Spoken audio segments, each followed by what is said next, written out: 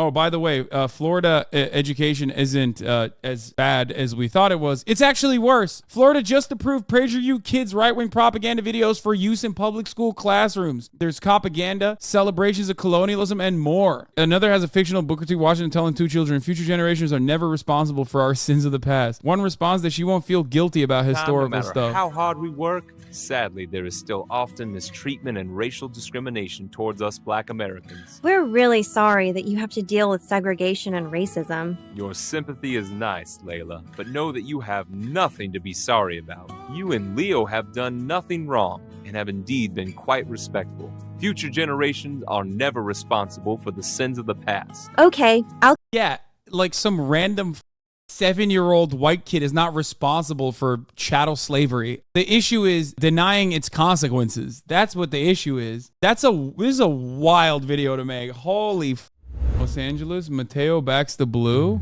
Over the last 150 years, Los Angeles, or LA for short, has been a beacon of growth, offering opportunity for millions of residents.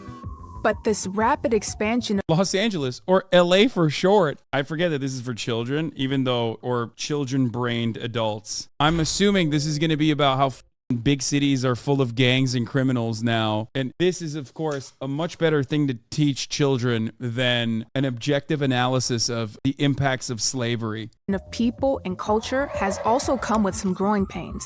And when tensions turn to violence, Angelenos must rely on a strained police force for protection. This is Mateo, the 13-year-old son of Mexican immigrants living in Los Angeles. Mateo's parents, Juan and Lucy, moved here just a few years before he was born. They operate a small convenience store that serves a largely Hispanic neighborhood. Before immigrating to Los Angeles, Juan and Lucy run a small general store in Mexico. They worked hard to make their business successful, but cartel members began harassing Juan, demanding money for protection. What the bro? What is happening? The threats got so bad that Juan and Lucy decided to embark on the long and expensive process of applying for a U.S. green card. Which they, of course, didn't get, because that's not how this shit works. Who the in America is giving green cards out like that to random people in Mexico? Get the out of here. They applied for a green card and could not win the lottery, so they proceeded to wait for 75 years. Their application was finally accepted. They moved to Los Angeles and found a large, welcoming community of fellow Latinos. After even more hard work, they were able to open a new grocery store, and the family was very thankful for their life in LA. Then, in May... Yeah, they assume the children don't know what LA is, but they know what the fucking cartel is? Like, why would the kids know what the fuck the cartel is? This is insane. 2020, George Floyd, a black man who resisted arrest and was held under the knee of a police officer. A black man who resisted arrest? Yo! Yo! Bro, they are so unhinged, brother. Died while in custody. They make it seem like George Floyd just perished on his own. Oh my God. Although this happened in Minneapolis, Minnesota, fiery protests and riots erupted in cities all around the United States. Activists claimed that the police were targeting the black community and purposefully killing unarmed black men. This was, of course, a lie. As the false claims of racial targeting spread, so did the... Oh my God, did you say that? This is so funny. I think most people respond negatively to shit that they learn in school because it's otherwise boring. So I feel like this will have the effect of Catholic school on children. For every one child that you brainwash with this, I think you're going to make like 12 communists out of this. You know what I mean? The only cop that Mateo knows personally is his middle school's resource officer, Officer Suarez.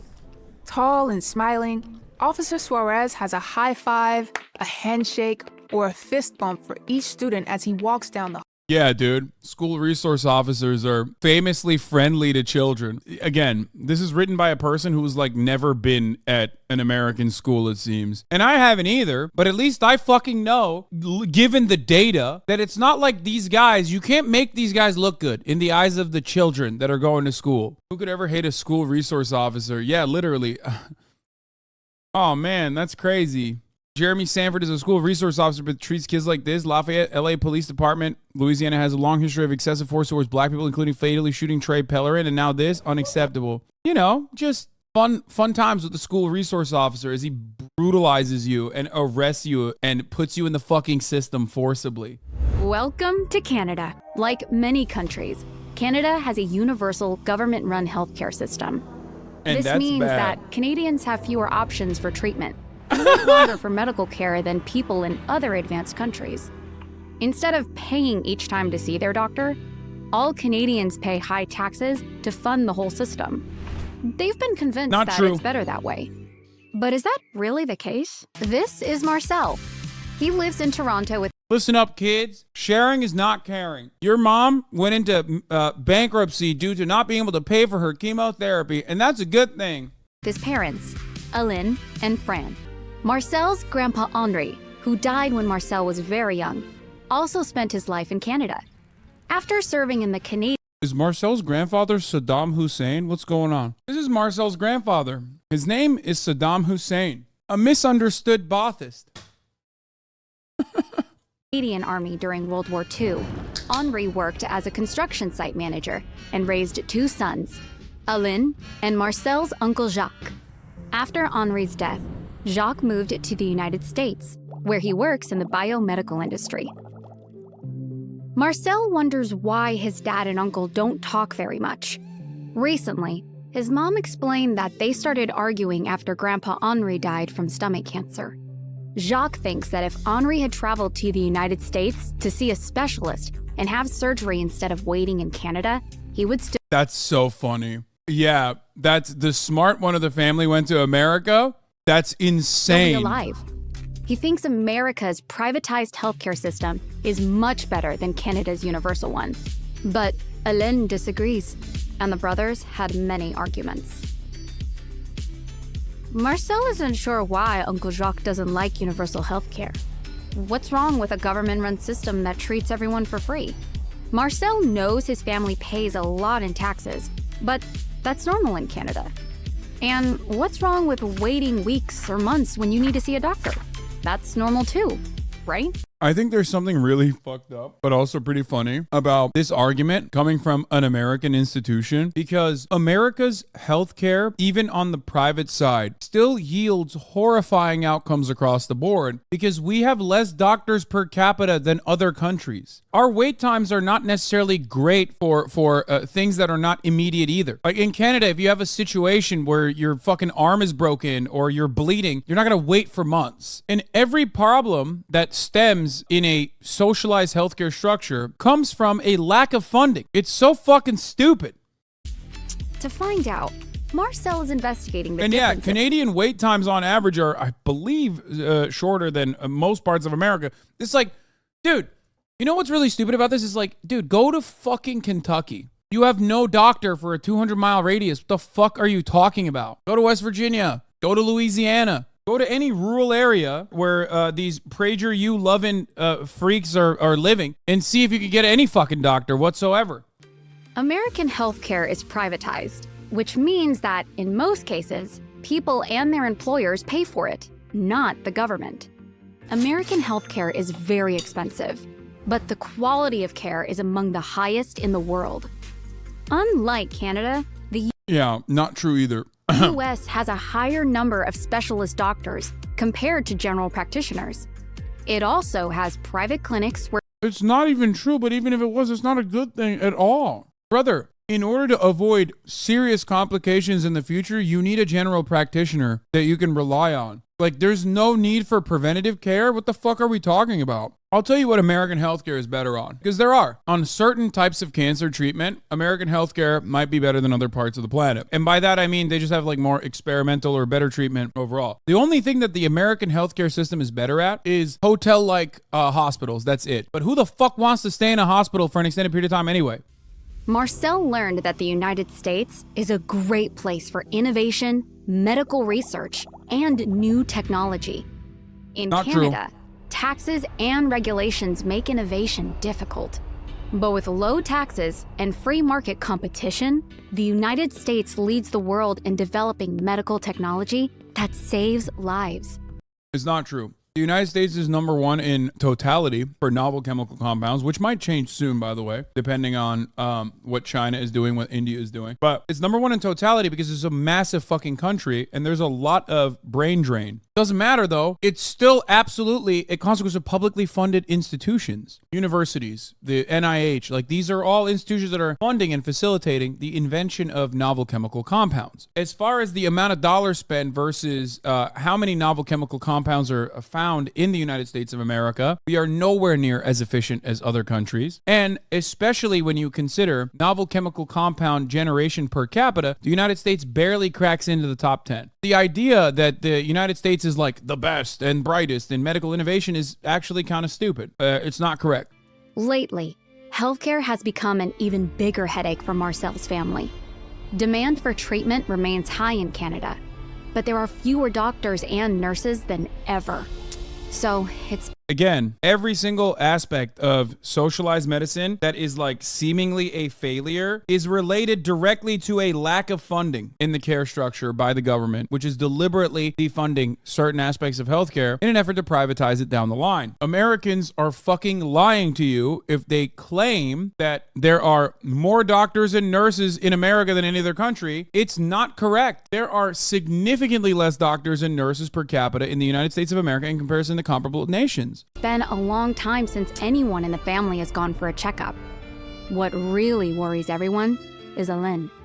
He's had Another thing that's pretty funny about this is also the notion that like what is there? No private healthcare in fucking Canada? What's happening? The American Medical Association is a cartel. I do think that there's two things that stop the number of doctors from growing in this country. And yes, one of them is the American Medical Association for sure. They do artificially keep the number of doctors low, but the real issue, the major one isn't the AMA. The major one is also the financial burden that you need to take on in the form of like hundreds of thousands of fucking dollars to even get a residency. Like, it's bananas. non-stop pain in his stomach and lower back.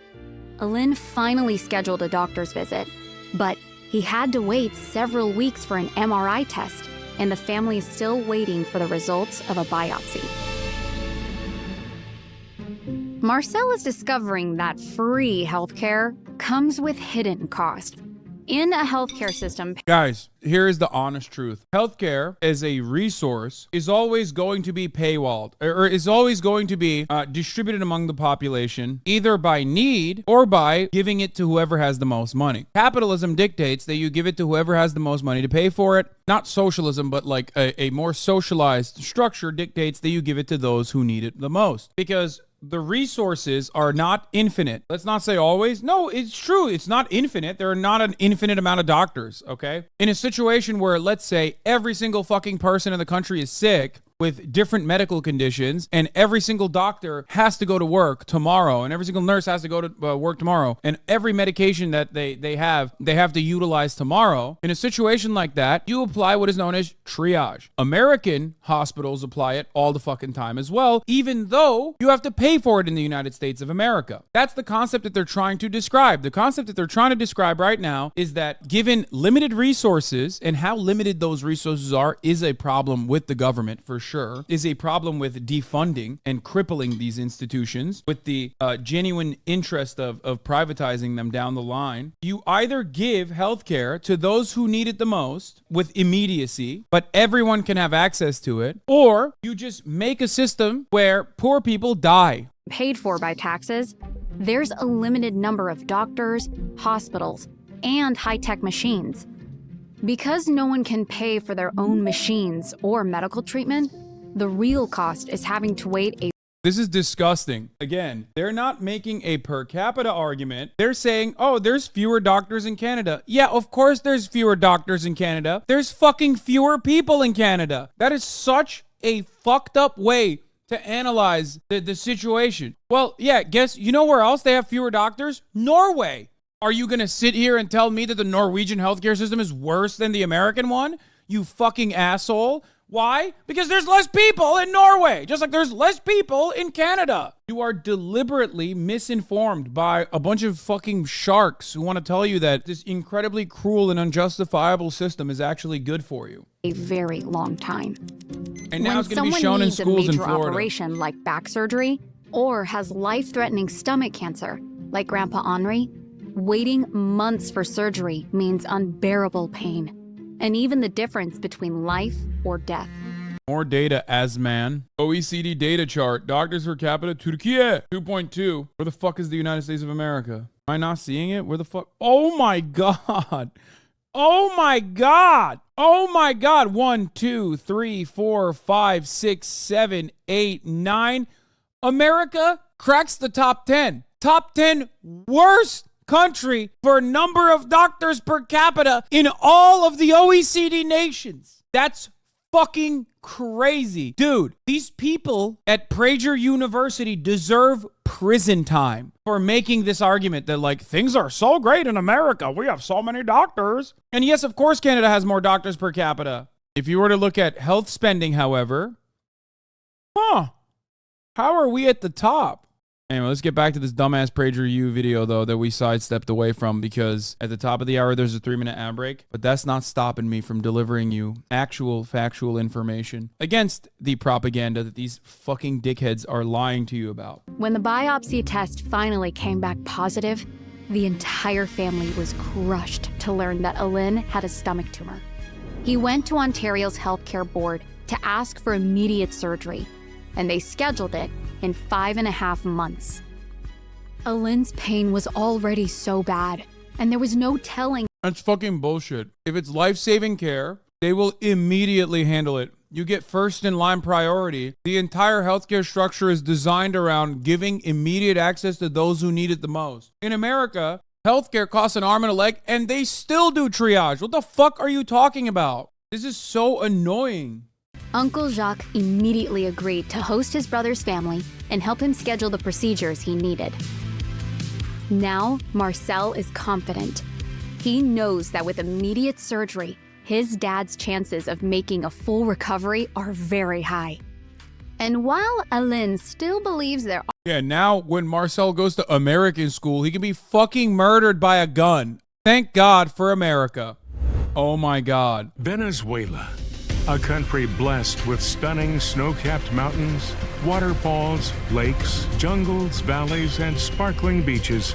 Found at the northern tip of South America, Venezuela, rich with... I know, because I've tried to do a coup d'etat there 3 times and failed all 3 times. Natural resources like oil, was once one of the wealthiest countries on the continent, until the people were persuaded to vote for socialism. That's when everything changed.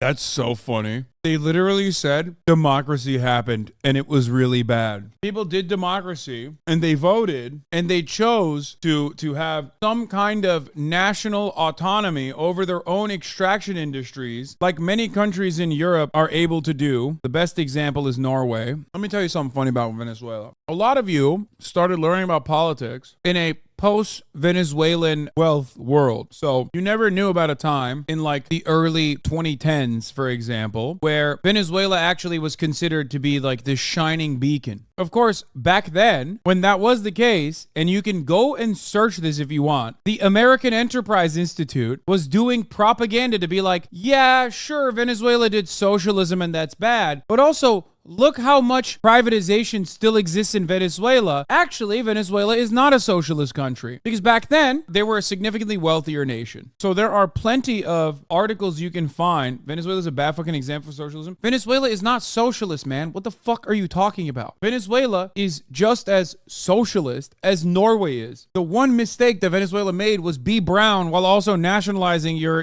extraction industry. That's it. Venezuela is a fucking corrupt country. Yes, there's also tremendous amounts of corruption in Venezuela as well. Maduro is not a very good leader and rests on the laurels of Hugo Chavez that came before him, who was actually a tremendously popular and relatively successful leader. What system is Norway? I thought they were kind of socialist. No, Norway is a social democracy, which means they are capitalist. However, there are certain industries in Norway, just like many other countries, where their extraction industry, logging, and also oil, is nationalized. So their energy sector is run by the government. What that means is the government takes all of the profits from that sector, one, pays the workers adequately, and two, takes the profits from that sector and gives those rewards back to Norwegian people. This has happened time and time again around the world, or rather attempted time and time again around the world. But of course, when certain countries that have done this, like Iran, for example, or Venezuela, for example, they have been met with a tremendous amount of anger and violent retribution. Understand something. Venezuela didn't fail, quote unquote, because it was socialist. Venezuela implemented some understandable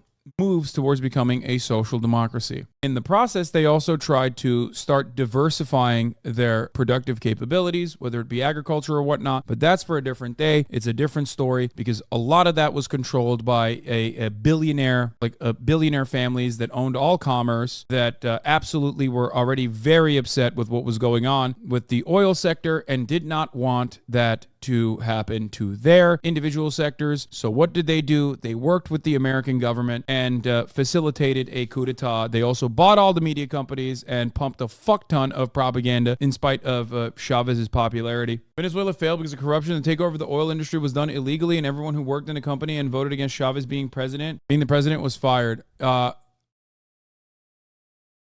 going to be clean every time. I have to be honest, the glazing is a bit crazy. I mean, dude, Chavez was fucking loved. That's not like a controversial thing to say in normal circumstances. He was a profoundly charismatic individual. In some respects, his charisma and his power as a singular being has contributed to the downfall of Venezuela because there was not enough active leadership roles outside of people loving Chavez. Chavistas and their love for Chavez is what got Maduro also elected originally. You know what the funniest part about the Venezuelan situation is? If America or the CIA was like a little bit fucking better at what they're doing, they probably wouldn't have put Juan Guaido as the person who only had limited amount of constitutional power to basically take over the country for an interim period. And instead, they would have fucking propped up like a better alternative. But they didn't, and Guaido is all they had. So it was the laughingstock of the international community. So they couldn't even fucking prop up someone against like a charismatic counter to Maduro when a lot of people understandably consider Maduro to be not great. So basically the downfall of Venezuela is due to CO's coups being launched and try to interrupt social democracy policies and leadership into power, trying to learn our history. Thanks. I mean, that's part of it. The other part of it is that their failure to diversify their overarching output, their portfolio, their agricultural production, for example, given the constraints that they had because they were still a social democracy, is what led to their economic downfall ultimately. They were hyper-dependent on oil. That is easy to manipulate and eviscerate. The difference between, you're saying same thing that's happening to Saudi Arabia, except the difference is Saudi Arabia is America's ally. So it was allowed to develop. It was allowed to develop in a way where they didn't give a shit that it was like a fucking theocratic monarchy. The Saud family, like the House of Saud, and the current Saudi government is an American project. That is the difference ultimately. They were like, all right, yeah, this is your resources. We'll extract it. We'll get, we'll make some money on the refinery side, but it's your resource overall as long as you let us fucking, control as much as possible. Saudi is diversifying in a lot of major ways like real estate and tech. Yeah, they're doing it now. I'm talking about the last fucking 50 years of Saudi development that hyper-focused on oil because they were allowed to survive as like the main purveyors, the main fucking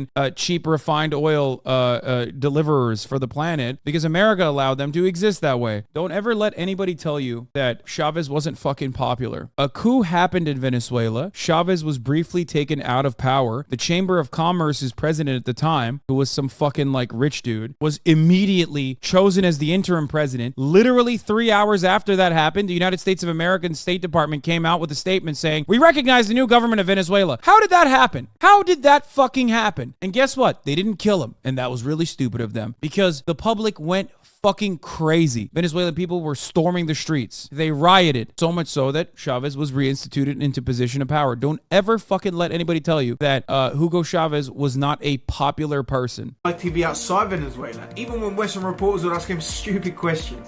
So the streets will never forget the time Hugo Chavez called out Fox News when he was in New York for a UN meeting. ¿Tú de dónde eres? Where do you come from? I work for Fox News. Para Fox News. This is funny. Fox. Fox News. Me río de Fox News. I love when I see people from ¿Sabe cómo lo llamó Sean Penn? You Sean know Penn. how Sean Penn Sean Penn. Dijo los estúpidos de Fox the News. stupid people from Fox News. This was relatively Sean Penn's a massive lib, though. Pedro Carmona. April 2002, the early part of 2002 saw mass protests and a general strike by the opponents of Hugo Chavez. On April 11th, 2002, following clash between post-supporters and opponents of Chavez, Lucas Rincon, commander-in-chief of the Venezuelan Armed Forces, announced a nationwide broadcast that Chavez had tendered his resignation from the presidency. While Chavez was brought to a military base and held there, military leaders appointed Carmona as the transitional president of Venezuela. In the face of crowds of Chavez supporters taking to the streets and under pressure for some military quarters, Chavez was restored to office. During Carmona's 36 hours of government, military officers held Chavez and attempted to force his exile. Additionally, security forces conducted raids without warrants and took some Chavez supporters into custody illegally, including National Assembly Deputy Tarek William Saab, a member of the Chavez-aligned MVR, who was taken into protective custody by security forces after a large crowd had gathered around his home, threatening him and his family. Ultimately, people say this about Castro as well. People try to say this about Che Guevara. People say this about any kind of like leftist movement that has been relatively successful, even for a short period of time. They always look to the worst aspects and do not weigh it on what the goals, what the motivation of these actions were, and whether or not it was successful. Like, I've heard people quite literally say, who cares about literacy? Who gives a shit about like increasing the literacy rate? Who gives a shit about like building infrastructure to rural areas? Bringing medicine and healthcare to rural areas. It's very frustrating to hear stuff like that. And it kind of like your conversation with Ethan yesterday. Exactly. It is exactly like my conversation with Ethan yesterday. Plenty of countries that are engaging in some level of even development, engaging in some kind of like socialized program, especially if they are seen as a competitor to the United States hegemonic power, or if they deviate from the norm, they deviate from being like lapdogs to the left, will turn around and get unjustifiably criticized on metrics that we never apply to ourselves. Anyway, look, ultimately, I speak a big game over here. I'm talking socialism this, socialism that. Meanwhile, I'm a fraud. I'm a fraudulent person. Why am I saying this? Well, because I haven't shown you the greatest counter to any argument that I may ever show you, because I was afraid. I was afraid of its awesome power. Here it is. Here is the actual distribution of wealth in America. The poorest Americans don't even register. Yeah, blah, blah, blah. Fuck the actual distribution of wealth. Venezuela.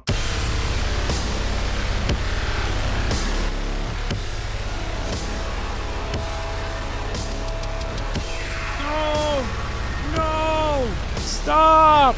No! I'm perishing! No!